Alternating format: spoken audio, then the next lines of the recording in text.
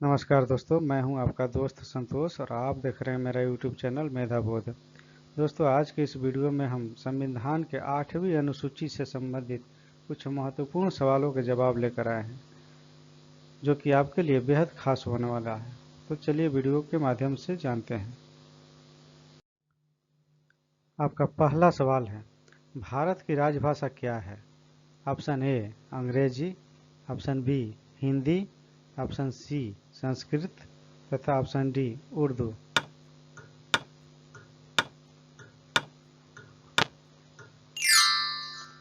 आपका सही जवाब है option B Hindi.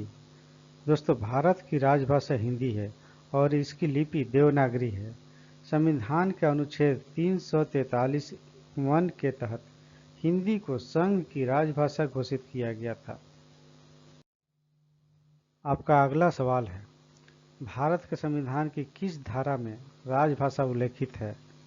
Option A अनुच्छेद 343, ऑप्शन बी अनुच्छेद 370, ऑप्शन सी अनुच्छेद 356 तथा ऑप्शन डी अनुच्छेद 19।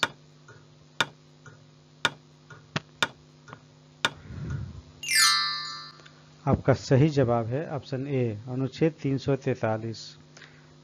दोस्तों, भारत के संविधान के भाग 17 में अनुच्छेद 343 से 351 तक राजभाषा से संबंधित प्रावधान है, जिनमें अनुच्छेद 343 में हिंदी को संघ की राजभाषा घोषित करने और देवनागरी लिपि को उनकी लिपि मानने का उल्लेख किया गया है।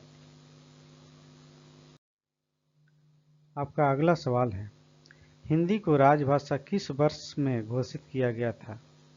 ऑप्शन ए 1947 में, ऑप्शन बी 1949 में, ऑप्शन सी 1952 में तथा ऑप्शन डी 1965 ईस्वी में।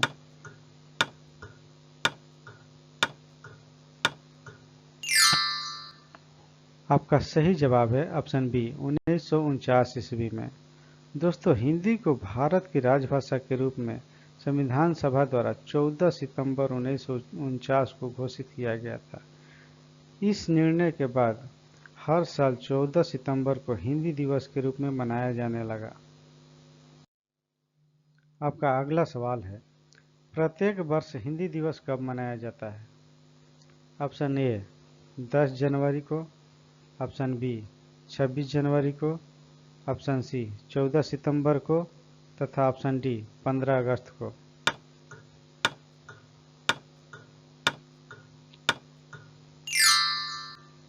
आपका सही जवाब है ऑप्शन सी 14 सितंबर को। दोस्तों, प्रत्येक वर्ष हिंदी दिवस 14 सितंबर को मनाया जाता है।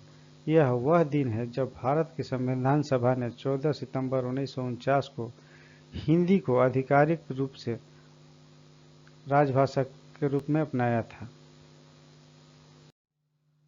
आपका अगला सवाल है, भारत की राजभाषा के साथ साथ किस भाषा को सह राजभाषा का दर्जा प्राप्त है?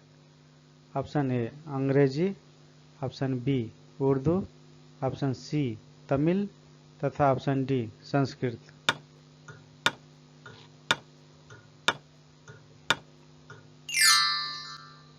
आपका सही जवाब है ऑप्शन ए अंग्रेजी। दोस्तों, भारत की राजभाषा हिंदी के साथ साथ अंग्रेजी को भी सह राजभाषा का दर्जा प्राप्त है। यह दर्जा राजभाषा अधिनियम 1963 के तहत दिया गया है, जिसमें हिंदी को अपनाने वाले राज्यों के अलावा अन्य राज्यों के साथ संचार में अंग्रेजी का प्रयोग अनिश्चित काल तक किया जा सकता है। आपका अगला सवाल है, संविधान की 8वीं अनुसूची में प्रारंभ में कितनी भाषाएं थी? Option A 14, option B 18, option C 22 तथा ऑप्शन डी 16।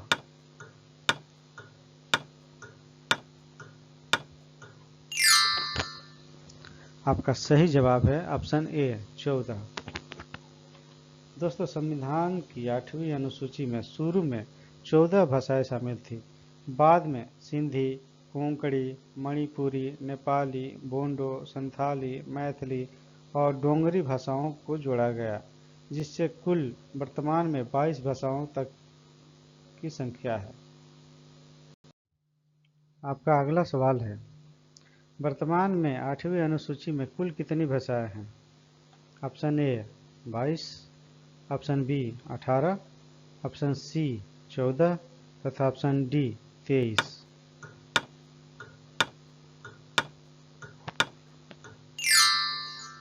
आपका सही जवाब है ऑप्शन ए 22।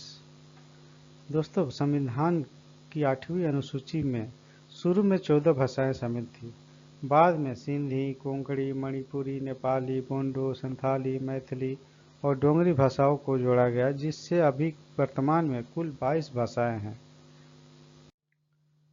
आपका अगला सवाल है, संसद में कार्यवाही किस भाषा में संचालित की जाती है? ऑप्शन ए केवल हिंदी में, ऑप्शन बी केवल अंग्रेजी में, ऑप्शन सी हिंदी और अंग्रेजी दोनों में तथा ऑप्शन डी केवल मातृभाषा में।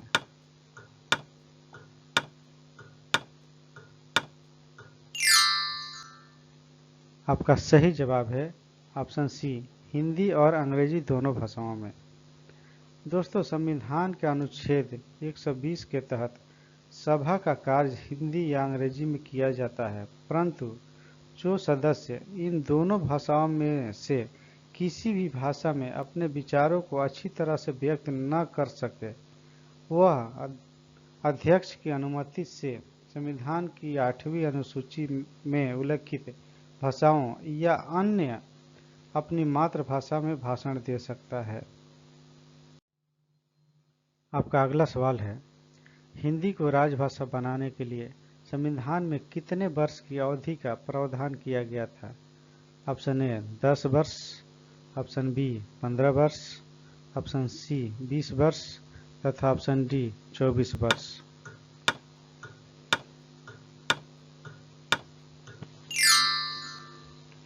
आपका सही जवाब है ऑप्शन बी 15 वर्ष।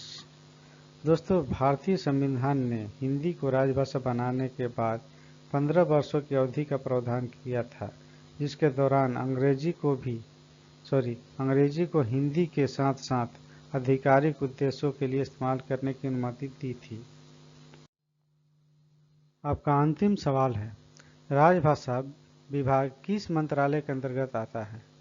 ऑप्शन ए गृह मंत्रालय, ऑप्शन बी शिक्षा मंत्रालय, ऑप्शन सी सांस्कृतिक मंत्रालय तथा ऑप्शन डी कार्मिक मंत्रालय।